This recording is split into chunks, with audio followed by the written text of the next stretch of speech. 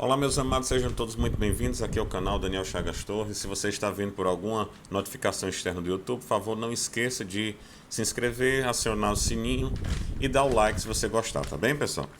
Queria dizer o seguinte, eu resolvi fazer esse vídeo porque depois dessa quase histeria, né, por conta aí do coronavírus, né, principalmente a Europa está sentindo muitos efeitos e principalmente a Itália está numa situação assim muito crítica.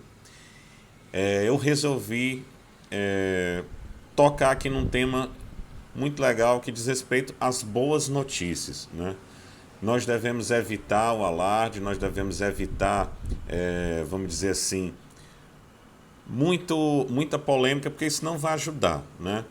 Então, vamos ser pé no chão, certo? Vamos colocar os nossos pezinhos no chão e saber que há boas notícias. E por conta disso, eu separei aqui 10 boas notícias, tá certo? 10 boas notícias a respeito da questão do coronavírus. Embora tenhamos visto aí esse movimento aí finalmente a OMS classificou como uma pandemia. Graças a Deus, né, o governo brasileiro já tratava com o mesmo rigor da pandemia já há algum tempo, sempre monitorando os casos, né? Isso é uma boa notícia para o nosso país. Outra boa notícia também para o nosso país, principalmente para nós aqui no Nordeste, né, é que, ao que tudo indica, parece que esse vírus ele se desenvolve melhor em ambientes frios e ambientes escuros, não é? E, Ave Maria, aqui no Nordeste, aqui em Fortaleza, nós somos chamados inclusive de Terra da Luz, né? O que não falta aqui é infravermelho, o que não falta aqui é luz solar, o que não falta aqui é calor, né? E no Brasil, graças a Deus, de uma forma geral, também, né? Ainda mais que nós estamos indo para o verão, né? Então, pessoal, eu vim aqui rechear vocês com algumas boas notícias a respeito do coronavírus. Se vocês desejarem, eu recomendo aqui, inclusive eu extraio dessa reportagem, a reportagem de Ignácio Lopes Gomes, da BBC Brasil, certo? Vou separar aqui 10 boas notícias a respeito do coronavírus. Vamos para a primeira boa notícia. Primeiro, nós sabemos quem é.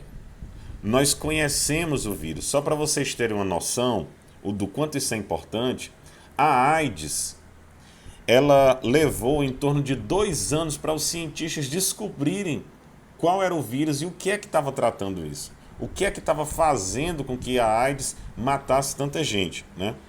Para vocês terem noção do quanto foi rápido a gente descobrir que o coronavírus, o Covid-19, né, estava realizando essas mortes, os primeiros relatos começaram em 31 de dezembro de 2019. Em 7 de janeiro, ou seja, pouquíssimos dias, já havia sido identificado o que é que estava causando as mortes, né? O vírus estava causando as mortes. No dia 10, já havia o genoma do vírus. Ou seja, nós estamos progredindo muito nessa questão, né? Segunda boa notícia, nós sabemos como detectar. Desde o dia 13 de janeiro de 2020, nós já temos como fazer testes e identificar se a pessoa está com o coronavírus ou se ele está com influenza ou um vírus qualquer, não é uma gripe qualquer. Terceira boa notícia, o quadro já apresenta uma situação de melhora lá na China, o que é uma excelente notícia, porque foi o primeiro caso e a gente pode perceber que, dependendo do cuidado, é possível controlar a epidemia, né? Isso é uma excelente notícia. Quarta boa notícia, 81% dos casos são leves. Apenas 14% pode gerar pneumonia e apenas 5% se demonstram letais, né? Ou seja, se você pegar o coronavírus, isso não significa de forma alguma uma sentença de morte. E outra, 5, a cura. Quinta boa notícia. Como eu disse, só 81% dos casos são leves, só 14% levam a pneumonia, só 5% levam a morte, né, a óbitos. Ou seja, há 13 vezes, essa é a quinta boa notícia, a cura. Há 13 vezes mais pacientes curados do que mortos. Ou seja, se você pegar o coronavírus, há 13 vezes mais chance de você sobreviver, caso você esteja numa faixa etária razoável, que eu vou já falar aqui, né, do que mortos, né? Sexta boa notícia. Quando ele quase não afeta menores de idade. Se você está abaixo de 20 anos de idade, só há 3% de pessoas que estão com coronavírus, para você ver, né? Ele atinge menos, né, os menores, né? Ele afeta menos.